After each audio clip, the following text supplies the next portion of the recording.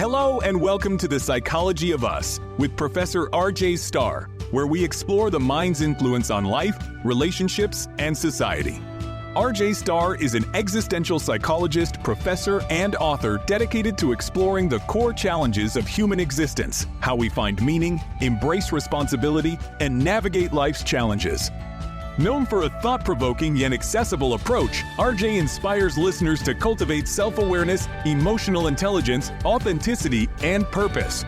This podcast is designed for all psychology enthusiasts, practitioners, students, and anyone curious about why we think, feel, and behave the way we do. Each episode unpacks theories, explores complex questions, and offers insights that deepen understanding of the human experience.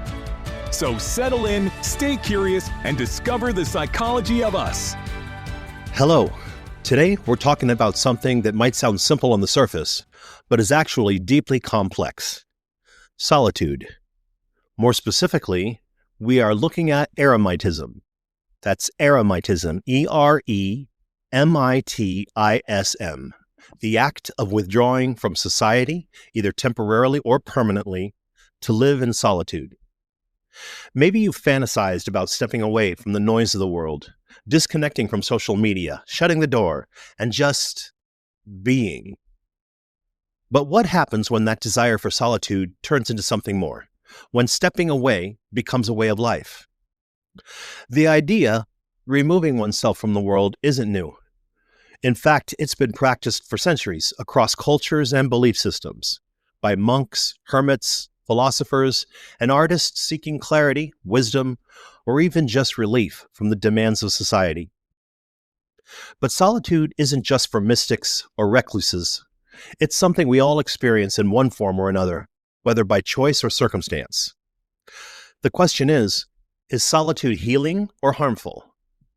What happens to the mind when we remove ourselves from social interaction? Can solitude bring self-discovery and renewal? Or does it risk leading us down a path of loneliness and despair? In this episode, we'll explore the psychology of solitude, what research tells us about its effects on the human mind, and why some people seek it out, while others avoid it at all costs. We'll look at historical examples of Eremitism, from monks in the desert to modern-day hermits. We'll also examine what solitude does to our brains, both the benefits and the risks, and how we can apply the wisdom of those who have embraced solitude to our own modern, hyper-connected lives. And throughout, I'll share a few personal insights, because I think solitude is something that, in one way or another, touches all of us. I've had my own experiences of stepping back, retreating, even if just temporarily, and I'll tell you how that shaped my thinking. So let's begin. Let's step into the quiet. Let's explore what it means to be alone. Not lonely, but alone. And why, in the right balance, solitude might just be one of the most powerful tools we have for self-understanding. Solitude is a fascinating thing. It can be a refuge or a punishment, a source of strength or suffering, depending on the context, and more importantly, the person experiencing it. Some people crave time alone, while others dread it. But what exactly happens to the mind when we step away from the world? First, let's distinguish between solitude and isolation. They may seem similar, but psychologically they are very different. Solitude is chosen. It's voluntary, intentional, often restorative. Isolation, on the other hand, is typically unwanted. It's forced upon a person, whether by circumstance, social exclusion, or psychological distress. While solitude can bring clarity and creativity, prolonged isolation is often associated with loneliness, anxiety, and even cognitive decline. In psychology, solitude has long been recognized as essential to self-development. Carl Jung, one of the great pioneers of analytical psychology, talked about the individuation process, the journey of becoming one's true self. He believed that people often needed to retreat from the external world in order to fully integrate their thoughts, emotions, and experiences. Stepping away from the role society places on us can help us hear our own voices more clearly. We also see this in Mihaly Csikszentmihalyi's work on flow states. those moments of deep immersion where time seems to disappear and we're completely absorbed in what we're doing. Many of history's greatest thinkers, from scientists to artists, have sought solitude as a way to enter that state more easily. Newton, Einstein, Thoreau, even Steve Jobs was known to take long, solitary walks to think through ideas. And maybe you've felt this yourself. Have you ever had a moment alone, perhaps on a quiet drive, a morning walk, or just sitting with a cup of coffee, where a thought suddenly became clearer, where an idea came to you in a way it never would have in the middle of a conversation or a busy day? That's the power of solitude.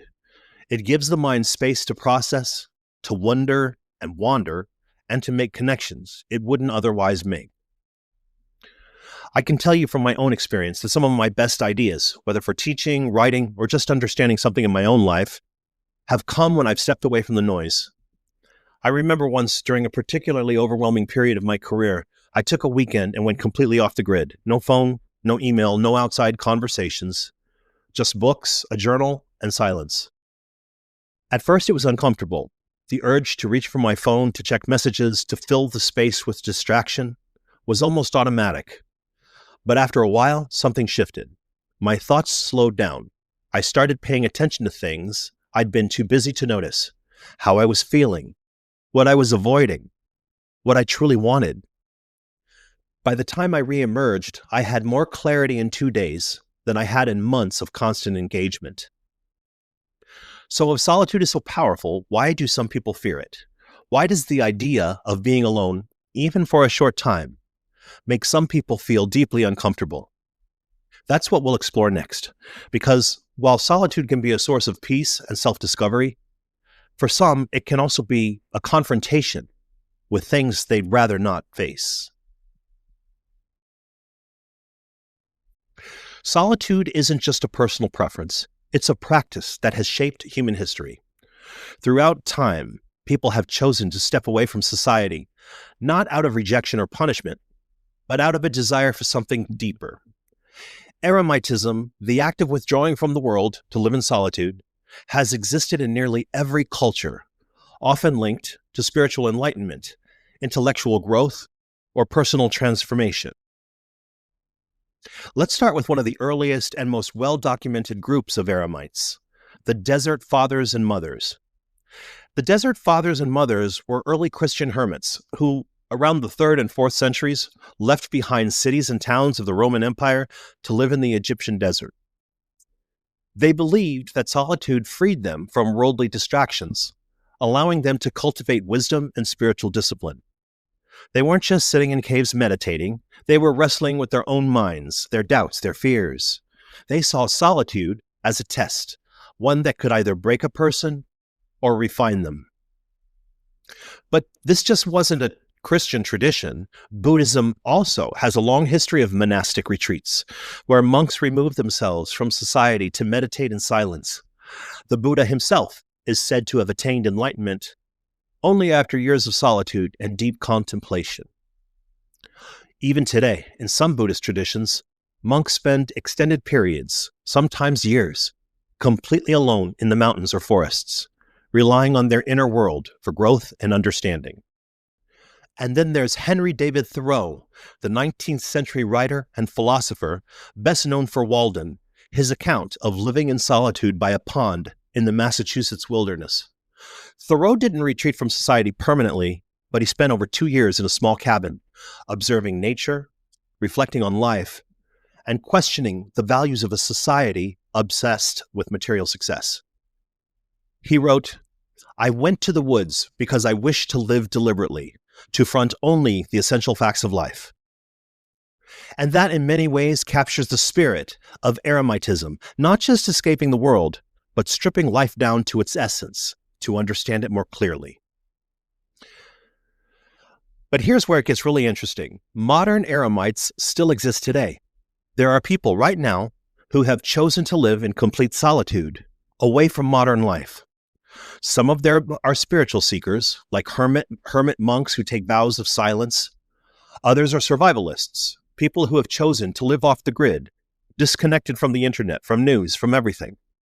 And then there are those who didn't necessarily set out to be Eremites, but found themselves drawn into a life of solitude anyway. Take Christopher Knight, for example, better known as the North Pond Hermit. In 1986, at the age of 20, he walked into the woods of Maine and didn't speak to another human being for nearly 3 decades. He lived in complete isolation, surviving off food he stole from nearby cabins. When he was finally caught in 2013, he admitted that in all those years, he had spoken only a single word, "Hi," to a passing hiker. What's fascinating is that Knight didn't leave society out of trauma or ideology. He simply felt more comfortable in solitude. He described the noise and stimulation of modern life as unbearable, and he thrived in silence. But he also admitted that prolonged solitude did something to his sense of self. He said that after years alone, he felt like he had vanished as an individual, as if his identity had dissolved into the forest around him. That raises an important question. What does extended solitude do to the human mind? And at what point does being alone stop being restorative and start becoming dangerous? And why do some people seem to flourish in isolation while others crumble under it? That's what we'll explore next, because solitude, as powerful as it is, comes with risks, and the line between self-discovery and self-destruction isn't always as clear as we might think. Solitude can be transformative. It can foster creativity, deepen awareness, and provide a level of peace that's hard to find in a world filled with distractions. But prolonged solitude, especially extreme forms of eremitism, can also change the mind in ways that aren't always positive. So what happens to the brain when we spend extended time alone? Psychologists and neuroscientists have studied solitude for decades, and the findings reveal both profound benefits and potential dangers. Let's start with the benefits. When we step away from constant social interaction, the default mode network of the brain becomes more active. This is the part of the brain that engages when we're daydreaming, reflecting on ourselves, or making sense of our experiences. Research shows that people who spend regular time in solitude tend to have stronger self-awareness, better problem-solving skills, and higher levels of creativity. Think about the moments in your life when you've had sudden clarity, maybe while driving alone, taking a long walk, or maybe even just staring out the window. That's the brain using solitude to process information in ways that social interaction doesn't always allow. But there's a tipping point. Studies on social isolation, which is different from chosen solitude, show that too much time alone can start to disrupt cognitive and emotional regulation.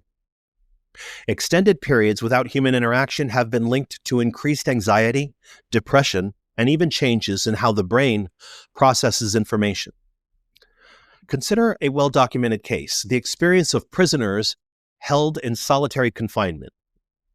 The United Nations classifies solitary confinement beyond 15 days as a form of psychological torture because studies have shown that prolonged isolation can lead to hallucinations, paranoia, and even shifts in identity.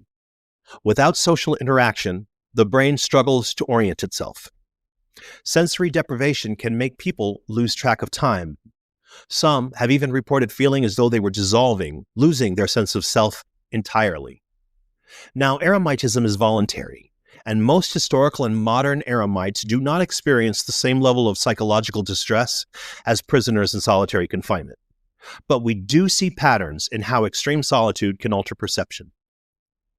Some long-term hermits have reported losing their ability to connect easily with others, finding even small social interactions exhausting. Some describe a blurring of identity, similar to what Christopher Knight, the North Pond Hermit, described when he said he felt as though he had vanished into the forest. There's also the question of loneliness.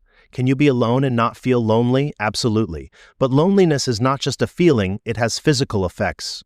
Research by psychologist John Cacioppo, who specialized in the study of loneliness, found that chronic loneliness triggers the same stress responses in the body as physical pain. The brain perceives prolonged social disconnection as a threat.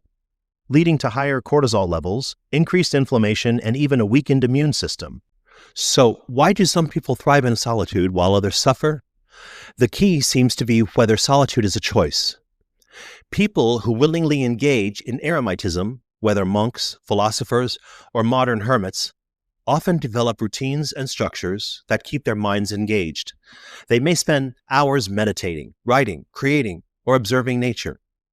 They use solitude as a tool, not a trap. But those who find themselves isolated due to life circumstances, like illness, social rejection, or technological withdrawal, often experience solitude in a much more painful way. And that leads us to an important question. In a world where we are more connected than ever, digitally at least, why are so many people experiencing loneliness at unprecedented levels? Is modern society pushing us toward a new kind of eremitism? Let's explore that, because in an age of constant interaction, solitude might be harder to find than ever, but also more necessary than we realize. So, eremitism in the modern world. We live in the most connected era in human history. At any moment, we can send a message across the world, scroll through thousands of people's lives, or jump into a conversation with strangers on the internet. And yet, despite all of this, loneliness is at an all-time high. Studies show that people today report feeling less connected, less seen, and more isolated than in previous generations. How is that possible? If we're constantly surrounded, digitally at least, why do so many of us feel alone? One reason is that modern life has created a new kind of eremitism, one that isn't chosen, but enforced through the way we interact with the world. In the past, eremitism was physical. You left the village, the monastery, or the city, and disappeared into the wilderness. Today, people don't necessarily leave society, but they retreat inward. Instead of face-to-face interactions, we live through screens. Instead of deep conversations, we get surface-level digital exchanges. And ironically, the more we engage with these shallow interactions, the more isolated we can feel. Have you ever found yourself scrolling through social media, surrounded by endless content and conversation, yet feeling more alone than ever? That's the paradox of modern solitude. We are never really alone, but we aren't always connected either. Now, some people recognize this and intentionally pull away. Digital detox, off-grid living, and going ghost on social media are all modern expressions of eremitism. Many people report feeling mentally clearer, less anxious, and more present in their lives after taking breaks from technology. And there's good reason for that. Constant exposure to online interactions can overstimulate the brain, making solitude feel almost impossible, even when we're physically alone. But here's the challenge. Modern eremitism is not always a healthy retreat. Some people withdraw not for self-discovery, but out of exhaustion, rejection, or social overwhelm. Take the rise of the so-called hikikomori phenomenon in Japan. Young adults who completely withdraw from society, isolating themselves in their rooms for months or even years. While traditional eremites sought solitude for enlightenment, hikikomori often experience extreme loneliness, depression, and anxiety. Their solitude isn't chosen for growth. It's an escape from a world they feel unable to engage with. And it's not just Japan. Social withdrawal is on the rise everywhere. Studies in the US and Europe show that younger generations are engaging less in face-to-face socializing than previous generations. Many prefer digital interactions or avoid social settings altogether. Some experts worry that a form of psychological eremitism is taking hold. Not the intentional solitude of monks and philosophers, but a passive withdrawal from life itself. So how do we distinguish healthy solitude from harmful isolation? How do we integrate the wisdom of traditional eremitism into our modern lives without falling into loneliness or detachment? That's what we'll talk about now, because you don't need to disappear into the woods for 2 years like Thoreau to benefit from solitude. In fact, learning to be alone, even for short, structured periods, might be one of the most important life skills we can develop today. So now let's take some lessons from the Eremites. What can we apply to daily life? Eremitism at its core is about stepping away to see more clearly. It's about creating space, not just physical space, but mental and emotional space. to think, reflect, and process life without the constant pull of external noise. And while most of us aren't going to retreat into the mountains for years at a time, we can still learn a great deal from those who have embraced solitude. So how do we apply the lessons of Eremitism to our modern lives without losing touch with the world? One of the first things we can learn is the power of structured solitude. Solitude, when intentional, isn't about avoiding people or responsibilities. It's about carving out time to be with yourself. Research shows that even short periods of solitude, as little as 10 to 15 minutes, can improve focus, lower stress, and boost creativity. But the key is in how you spend that time. Eremites throughout history didn't just sit in silence. They often had structured routines. Monks would meditate, write, or engage in slow, deliberate tasks like gardening or walking. Many of the world's greatest thinkers had similar rituals. Einstein took long solitary walks to process ideas. Nikola Tesla spent hours alone, visualizing his inventions in his mind before ever putting them to paper. Even in modern psychology, solitude is linked to deeper cognitive processing, problem solving, and emotional regulation. So how do we build structured solitude into our own lives? One simple way is to create a daily solitude practice. This doesn't mean isolating yourself completely. It means setting aside intentional moments of quiet reflection. Maybe it's 10 minutes of journaling in the morning. Maybe it's an evening walk with no music, no podcasts, just you and your thoughts. Or maybe it's a weekly offline hour where you disconnect from technology and simply exist in your own space. The important part is to make it intentional. Solitude that is mindful rather than passive. Another lesson from Eremitism is learning to be alone without feeling lonely. There's a common fear, especially in today's world, that being alone means something is wrong. We often see solitude as a problem to be solved, rather than a state to be embraced. But think about this. Some of the greatest moments of clarity in life come not when we're surrounded by people, but when we're by ourselves. If being alone makes you uncomfortable, ask yourself why. Are you avoiding something in the silence? Are you afraid of your own thoughts? Many people find that when they remove distractions, they come face to face with things they've been pushing away, doubts, fears, unresolved emotions. And that's not necessarily a bad thing. In fact, it can be an opportunity. Solitude always allows you to confront what's really going on beneath the surface. But just as solitude can be powerful, we also have to recognize its limits. The healthiest eremites throughout history didn't just withdraw completely. They found ways to integrate solitude into a balanced life. Many monks, for example, lived in near solitude but still engaged in small, meaningful social interactions. Even Thoreau, during his time at Walden Pond, he wasn't entirely alone. He had visitors, engaged with nature, and occasionally walked into town. The key is finding your own balance. Too much social engagement and you risk losing yourself in the noise. Too much solitude and you risk losing connection with the world. But somewhere in between, there's a space where solitude becomes a tool, something that strengthens you rather than isolates you. So as we come to the end of this conversation, I'll leave you with this question. When was the last time you were truly alone? Not just physically, but mentally. When was the last time you allowed yourself to sit in silence without distraction and just be? If the answer is, I don't remember, then maybe this is your sign to create that space, to step away, not permanently, not as an escape, but as a way to return to yourself. Because solitude, when embraced intentionally, isn't about disappearing. It's about seeing more clearly. And maybe, just maybe, that's exactly what we need in today's world. So some closing thoughts as we wrap this up.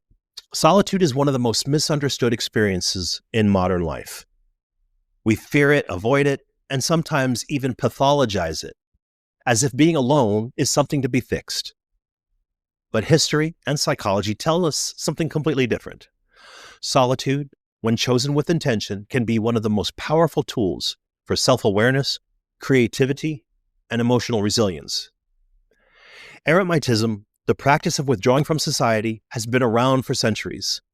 From monks in the desert to thinkers like Thoreau, from modern-day digital detoxers to those who simply need to step away to hear themselves think. Solitude has always played a role in human development.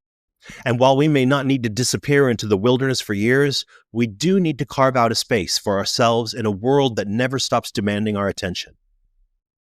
So as you go about your day, I encourage you to take a moment just for yourself.